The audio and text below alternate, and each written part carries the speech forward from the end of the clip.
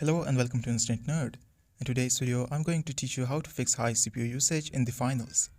If this video helps you, then consider subscribing and liking the video. High CPU usage is often caused by the game running without an FPS limit, which can push your CPU to 100%. Here's how you can fix it. Open the Run dialog, press Windows plus R on your keyboard, or search for Run in the Start menu. Access the game's config files. Type %appdata% and press Enter. Navigate to Local, then Discovery, then Saved, then Config, then Windows Client. Open Game User Settings with Notepad.